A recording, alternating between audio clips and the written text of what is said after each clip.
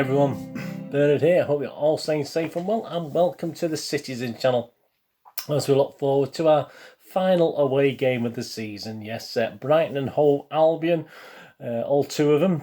Never fair, that is it. Two teams playing against you versus Manchester City at the Amex Stadium, of course. Something to do with American Express, I think. I don't see the point of that card, to be honest with you. You can't use it anywhere. 7 p.m. kickoff on UK time. 18th of May 2021. Yes, this is on BT Sport 1, BT Sport Ultimate, BT Sport app, and of course btsport.com, so you can watch it on one of those things, or any other method you can think of that's legal. We can't condone anything, can we, in this one? So please, our usual features, including a little look at our opponents.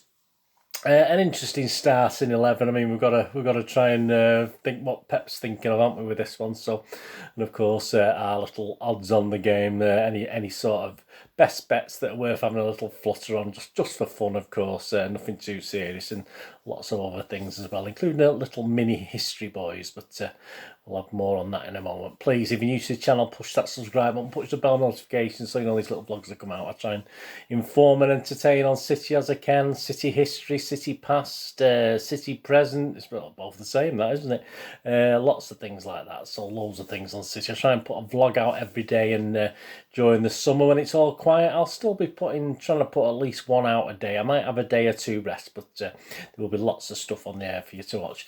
And if it's any interest to you at all, I do have a film and TV channel as well, so please check that out if you want to have a rest from football, or during the summer months, have a look at that. I do reviews and information vlogs on there, so, or if someone you know might be interested, please point them in my direction. I'll be very grateful. And please, all comments are welcome on this game or anything to do with City, the champions, of course, of the 2021 season. And please, if you've no time for a comment, just give us a little thumbs up. That'd be fantastic. And if there's any City-linked things, I mean, I'm thinking small businesses, anything that's to do with City, I'll always give them a promotion on here. So just let me know. We do have magazine vlogs where I just go through various things as well. So anything like that, I will gladly promote for you as well. So give us a shout, get in touch.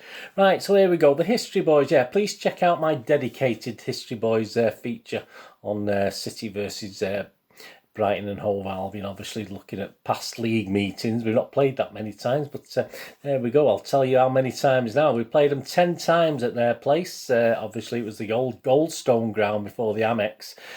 We won 5. Drawn 2 and lost 3. We got most of our wins in recent times. Yeah, we didn't start off very well against them. We've actually scored 18 and had 13 put in against us. The biggest win, of course, was obviously the delayed game of the 1920 COVID season, wasn't it? Just last year was our 5-0 thrashing on the 11th of July 2020. A Sterling hat-trick, though, of course. He didn't know much about his third goal, which sort of went in off the back of his head, if you remember. And Jesus and Bernardo were the other scorers in a pretty comprehensive win. I'm hoping for more of that, but perhaps not. We'll have a bit more of that in a bit. Biggest defeats, yeah, we've suffered 2 4-1 defeats at well, it was the old Goldstone ground back in 79, 80 and 81, 82.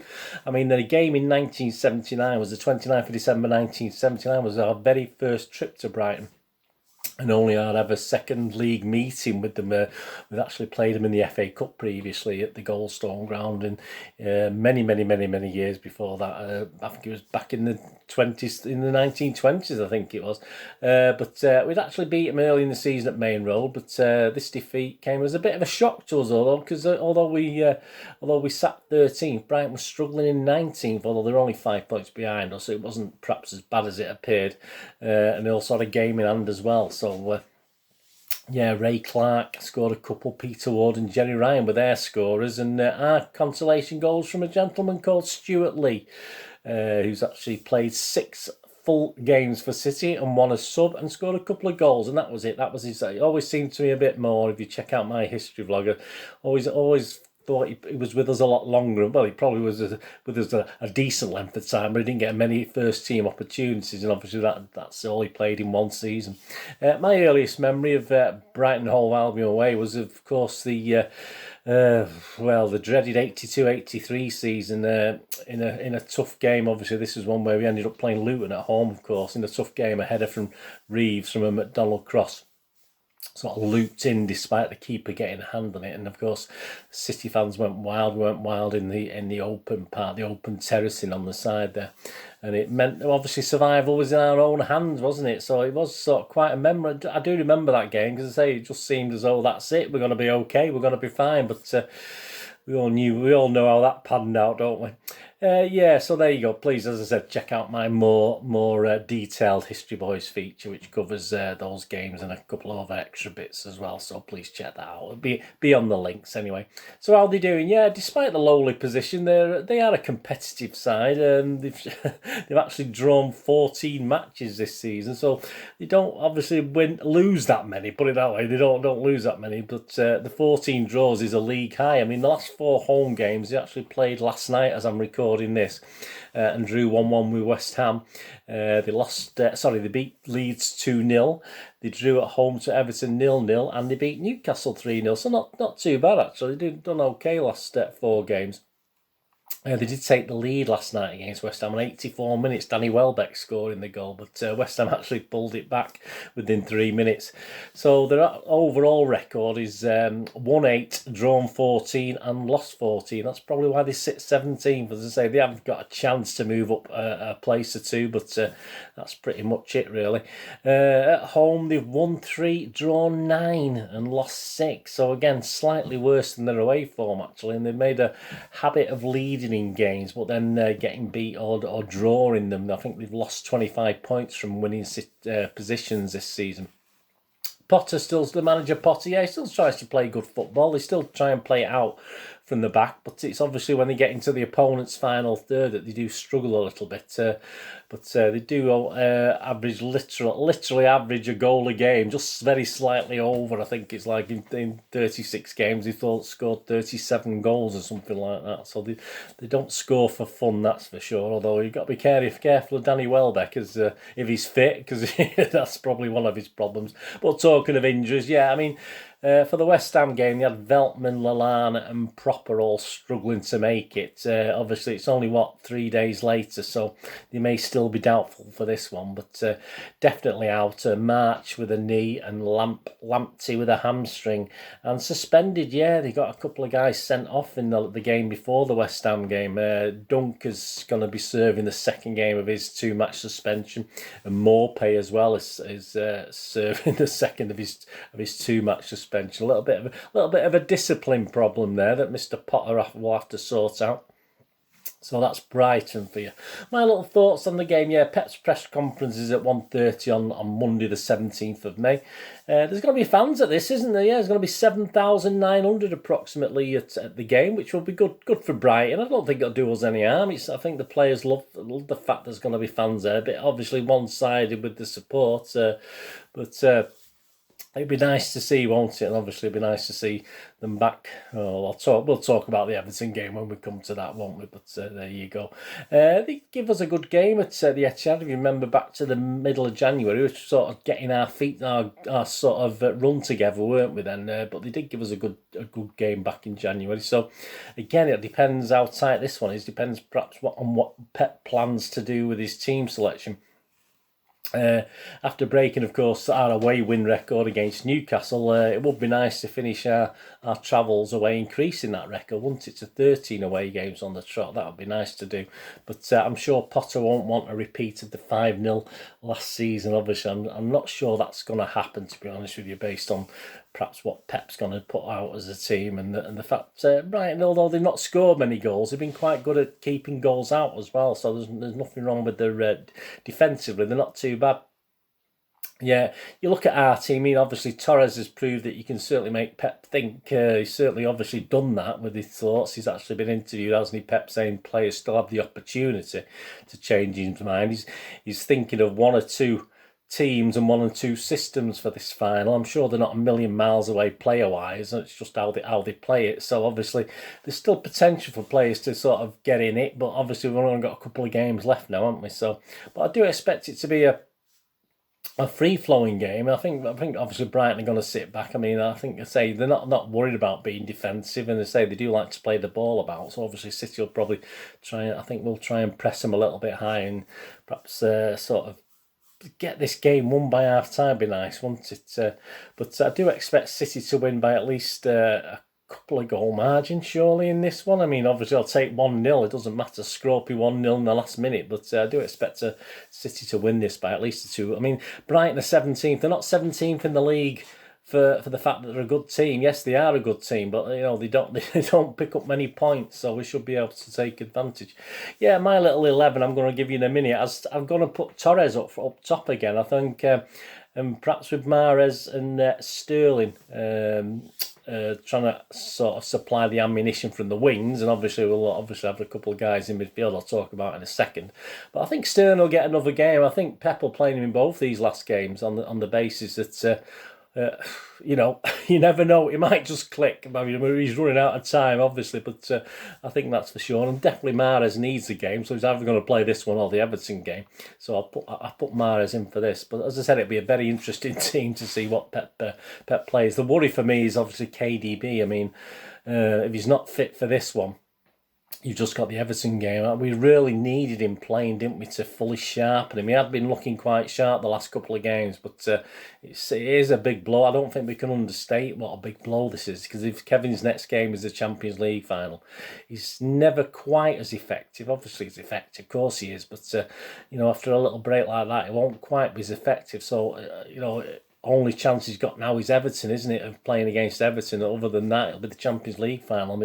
I've seen hints on Twitter that someone's saying he won't make the final either, which is very, very worrying indeed. But as I say, time is running out, so perhaps that's what Pep's thinking when he said he's got a couple of options. Perhaps one of the options is a KDB less Manchester City as opposed to a City with KDB in it. So that's reading between the lines. Perhaps I'm putting too much on that, but it'd be interesting, won't it? I thought when I did the Newcastle game, that he'd play his sort of idea of his Champions League team in this game, but I've sort of decided against that now, because I don't think he want to show his full hand behind it before the final, certainly to Tuchel. So I think it'll be a mix and match with this one and the next one. He will get players who will be playing in the final, and a mixture of players who have a chance but probably don't have a chance in all reality. I mean, Stones surely has to come into it. He's obviously had his suspension, and then he obviously has to play now. He has to get playing again. So I'm sure Stones will feature in this one. And I think Diaz and Walker might be rested for this one. And Fernandinho, again, will surely get a run out in one of these two games, because I expect him to play in the final. But, obviously I'm going, perhaps he'll play in this one.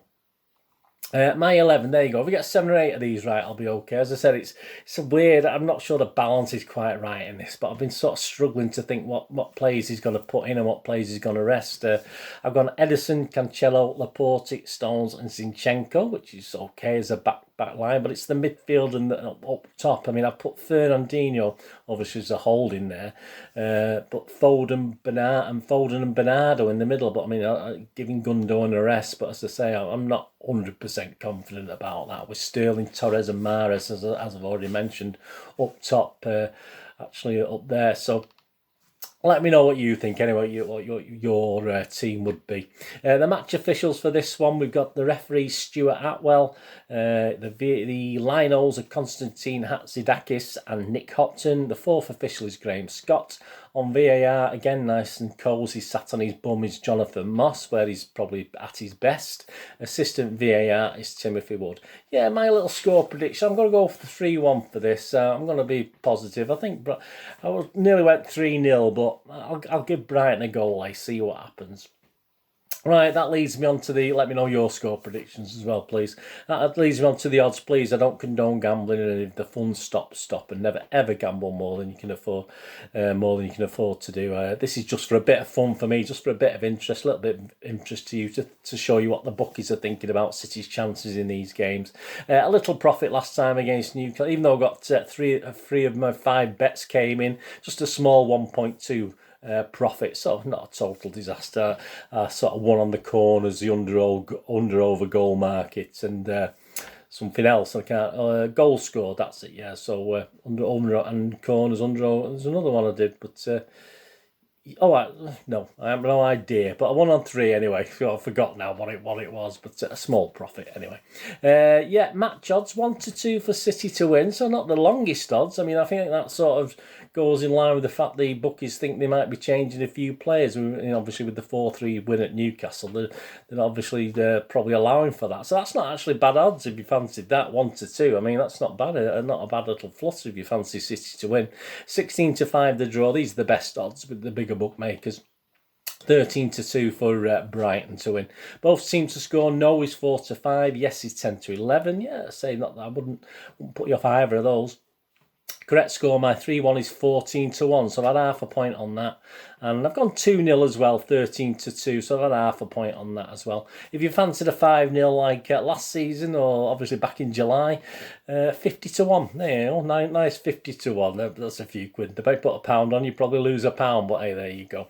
Half-time, full-time, yeah, I've gone for City at 7-5, so just had a point on that. I think we should be winning both halves, winning at half time and full time. If you fancy a draw, you think Brighton will hang out for the first half, it's 3-1 a draw and then City to win. Anytime goal scorers, say it's very hard knowing who's going to play, to be honest with you, but if Foden plays, he's 15-8, that's not a bad price. Any time goal scorer, this, don't forget, not first goal scorer. Torres is 5-2, again, based on the, if he does play, that's not a bad price. And Bernardo's 9-2, which obviously is always a bit of a chance for Bernardo, isn't it? He doesn't get near enough to score many games, does he? The under-over market, again, I've gone for a little bet on the over 2.5, so I'm expecting at least 3 goals in the game. I could be wrong. It could be 1-0 or 2-0 or, dread to think a draw. That's what Brighton need, another draw. But over 2.5 goals, so there's 3 goals or more. It's 4-5. So I've got a couple of points on that. I've gone mad, I know, but it's nearly finished now. There's only a couple of games to go, so I've gone mad. If you fancied a bit of a goal fest, over 3.5 is 11-5. I certainly won't put you off that. And the winning margin's interesting as well. To what you're doing. The We're Not Really Here show, yeah, that's on this week. Oh, just give up with this. Right, leave it. Just leave it there. That's the first one, 79.80. Yeah. Yeah, nice. It was a nice place to go, Brighton, isn't it? But there you go. Yeah, We're Not Really Here show. Yeah, it features City duo Richard Dunn and Kevin Horlock. Yeah, join Mr. Kel Spellman with his dangly earrings, I assume, in the studio. So it starts about 65 minutes before kick-off at half time, and obviously after the game as well. So that's Kel Spellman with Richard Dunn and Kevin Horlock. So there you go. Thanks for joining me for this little preview of the Brighton versus City game. Of course, I'll be back with a review of this on what day are we? What day? I lost the days now. Tuesday, so Wednesday. Yeah, I'll be back with about Wednesday lunchtime. It's thrown me all out of kilter. This, I was in work today. I don't usually work on a Sunday as I'm recording this, so it's thrown me all out of what day it is, to be honest with you. So please, my apologies. Of course, and please just check out all my City vlogs on there. And don't forget Monday evening, if you're watching this on the Monday, every Monday evening, 5 p.m. UK time, we have a little we chat City. We have my Citizen Channel live show, so please join me for that. And as I said, don't forget that History Boys feature, a little bit more detail on Brighton versus City games over many years. Well, say we've not played them that much, have we? But a couple of interesting, 2 or 3 interesting games to talk about. Anyway, thanks for joining me today. What we're going to do this today. Have a great one. Look after yourself.